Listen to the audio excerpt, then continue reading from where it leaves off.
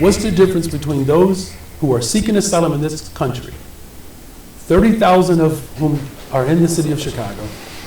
What's the difference between Ukrainian refugees and those who are seeking asylum from Central and South America? Right, but So let's answer that question for him.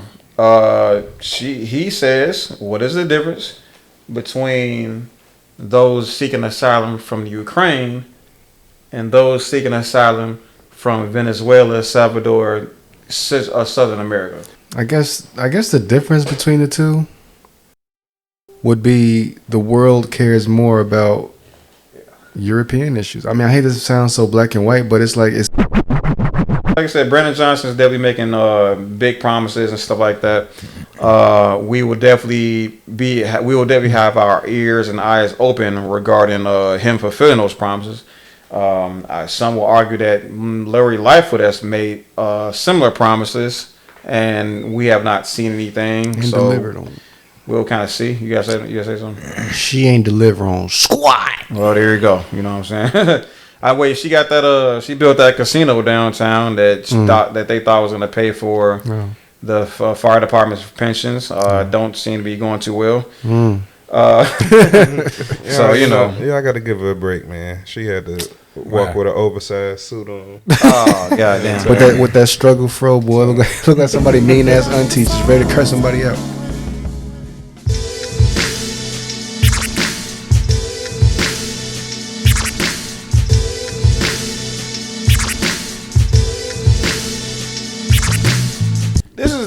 This interview was pretty peculiar. Like, Brandon Johnson does quite a few interviews. And I'm not going to cover all of them on this channel. But when he says something I find really peculiar, or if it like sparks something in my head, I definitely want to see what other people that I feel are intelligent people will think about it as well. So here it is.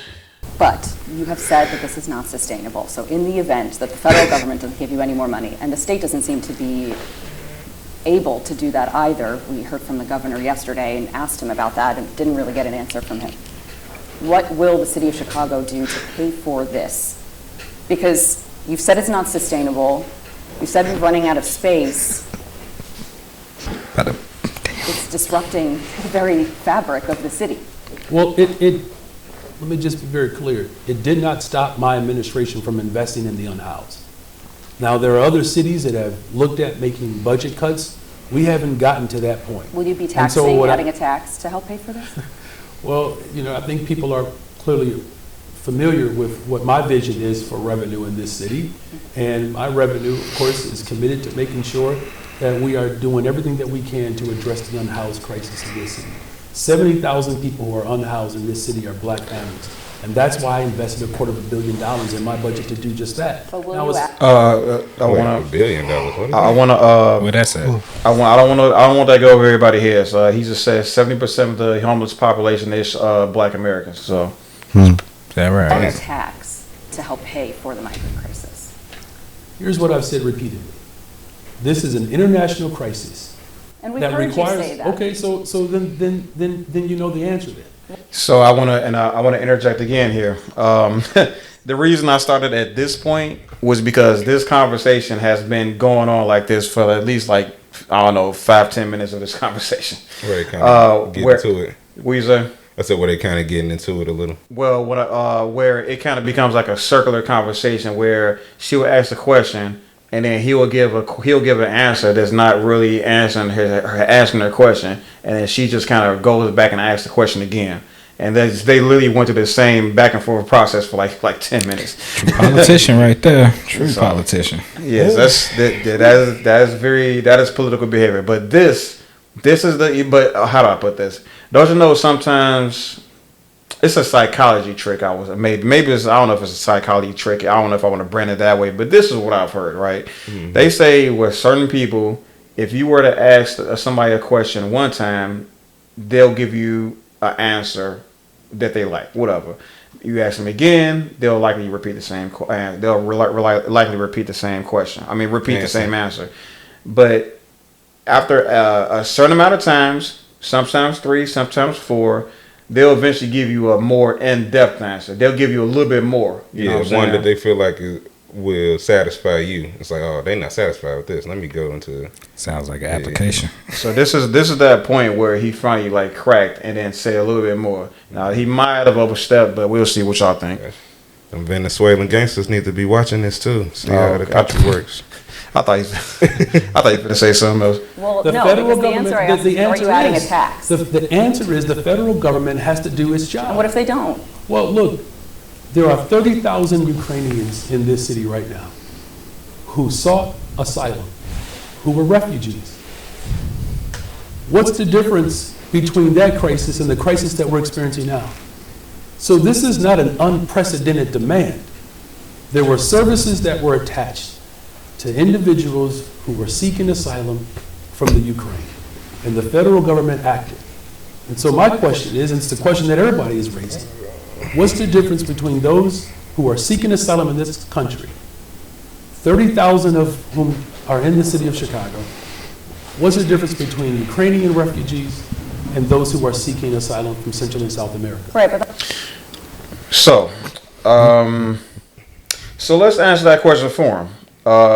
He says, what is the difference between those seeking asylum from Ukraine and those seeking asylum from Venezuela, Salvador, Southern America?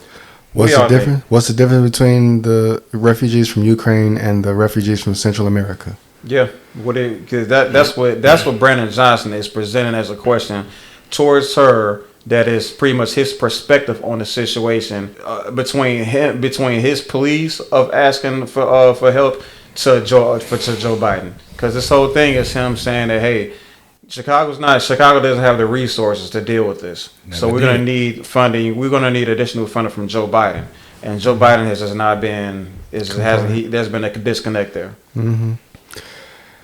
And the issue, I guess the difference between the two would be the world cares more about European issues. I mean, I hate this sound so black and white, but it's like, it seems like Ukraine still has the entire world in a chokehold more than they seem to care about the issues in Venezuela or Central and South America.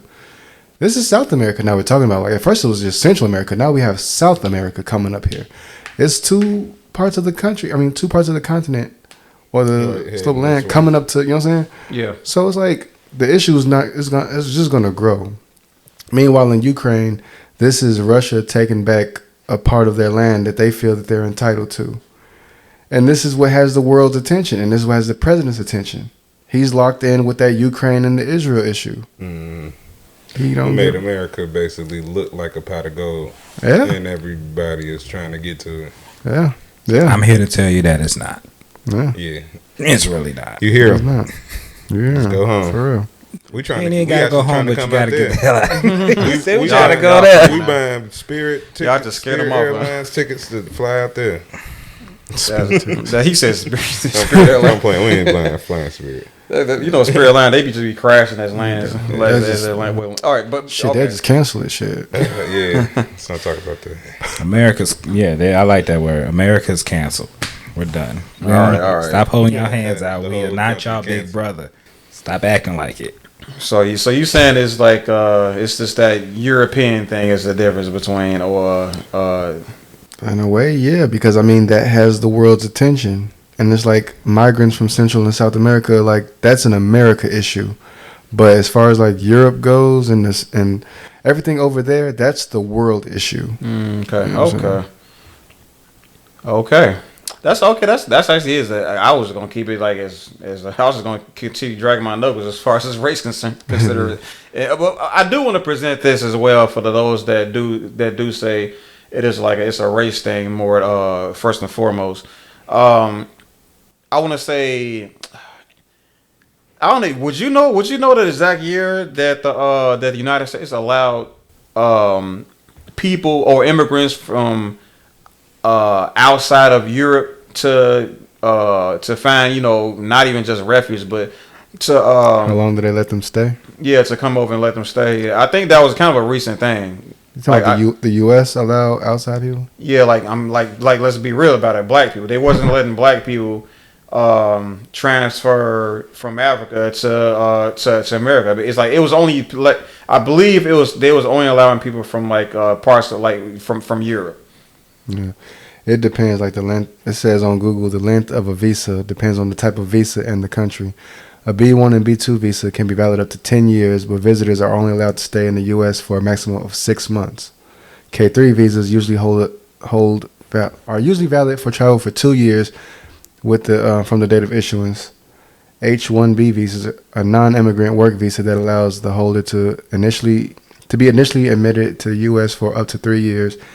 And E1 and E2 visas generally renewed for maximum. Okay, so the H1B, no, hell no. It'll be the B1 and B2 that people coming in for. But yeah, shit, they say it lasts up to 10 years, but visitors are usually allowed to stay like 6 months. And that's how my visa would have worked. Okay. That's how our visas work with passports. Okay. Yeah, okay.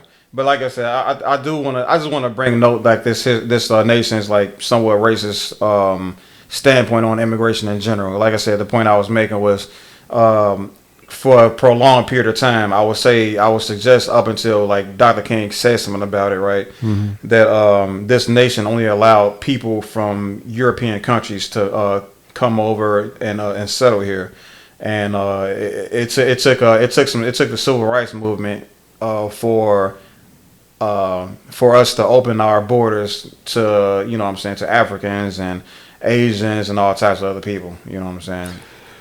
Yeah, I mean, I could see that. But I mean, well, Asians, not really, because I mean, they came over in the early 1900s. Because they built the railroads. Yeah. Okay. I'm gonna do a little bit extra research and put it right above my head when I just to clarify some things. But yeah, that is definitely a thing. Maybe the Southwest Asians, like the Indians, maybe. Because I mean, you didn't really see like an influx of them coming into America until like after the Civil Rights Movement. You said, the Indians, Hindu and Buddhist, yeah. Okay. Well, let's go ahead and continue on over there.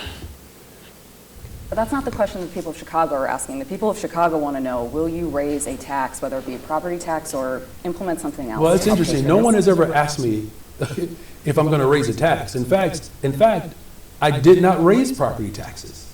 And still, without raising property taxes, a full investment in homelessness, $250 million, $100 million for violence prevention. We're going to open up mental health clinics. We've eliminated sub-minimum wage. Black and brown women who were tip workers. We're talking about tip workers that's attached to slavery. We abolished that in this city. We've also added paid time off for thousands of workers. We're investing in people. My administration has not missed a beat. We have built an operation centered around people's humanity to respond to this international crisis that the federal government has been negligent in. And while doing all of that, I've still kept every single promise that I was going to invest in people. So you can commit to you not raising property taxes, regardless of how bad the situation gets. My budget, the $16.77 billion that I just passed, 41 alders, I believe, supported this budget. And we did all of that without raising property taxes. The evidence is in what I passed. We made all of these investments without raising property taxes. That's the commitment that I made when I ran. That's the commitment that I kept. Okay, so he says he's offering, he has passed, right? That means nothing has really happened yet, but he has passed a business. What, did he just say 17 billion? I believe you said 7 billion. Or maybe 7 billion. This is going over a period of time, right? Huh? I say he might have said 7 billion, but one of them. Oh, okay. I believe you, but no, it's. I'm pretty sure I think you said billion. No, I think you said like 17 billion, something like that. But like I said, because this is going to be a thing that's going to be paid over extended like a prolonged period of time. You know what I'm saying? Yeah. I don't know how well he's going to be. He's going to protect it, but we'll, like I said, time will tell. But what I'm saying is, he's made promises, and he says these promises are in motion. And he's not, and he's doing it so without raising our taxes, even our property taxes, rather. And which I would shit, nigga, bet not, because we are ranked extremely high as far as property taxes is concerned. I think we like Top 3 in the nation. You know what I mean? Are The city of Chicago. No, say, are we? Oh. Property taxes? Yeah, it's that tough. Like I got family down in Arkansas. They pay $300 a year in property taxes. Oh yeah. I pay like Oh, yeah, roughly 10 Chicago, times that. Illinois itself is money hungry. I'm not thinking about what I was asking. Especially Taxes, of course, Cook we are County. big You know in what I'm Texas. saying? Phew. But yeah, so he, like I said, Brandon Johnson is definitely making big promises and stuff like that. We will definitely have our ears and eyes open regarding him fulfilling those promises. Some will argue that Larry Lightfoot has made similar promises, and we have not seen anything. And so delivered on. we'll kind of see. You guys say something? She ain't deliver on squat. Well, there you go. You know what I'm saying? She got that. She built that casino downtown that that they thought was going to pay for the fire department's pensions. Don't seem to be going too well. So yeah, I got to give her a break, man. She had to walk with an oversized suit on. Oh goddamn! With that struggle fro, boy, look like somebody mean ass auntie just ready to curse somebody out. I ain't giving nobody no break. They don't give me no break. She walk around just like Pee Wee Herman. Hell,